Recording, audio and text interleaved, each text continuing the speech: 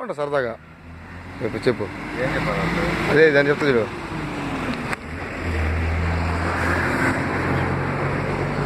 ఇప్పుడు విక్టరీ వెంకటేష్ ఇప్పుడు మనకు అక్కడ సినిమాలో చూస్తుంటాం, సినిమాలో మాట్లాడి వినుంటాం.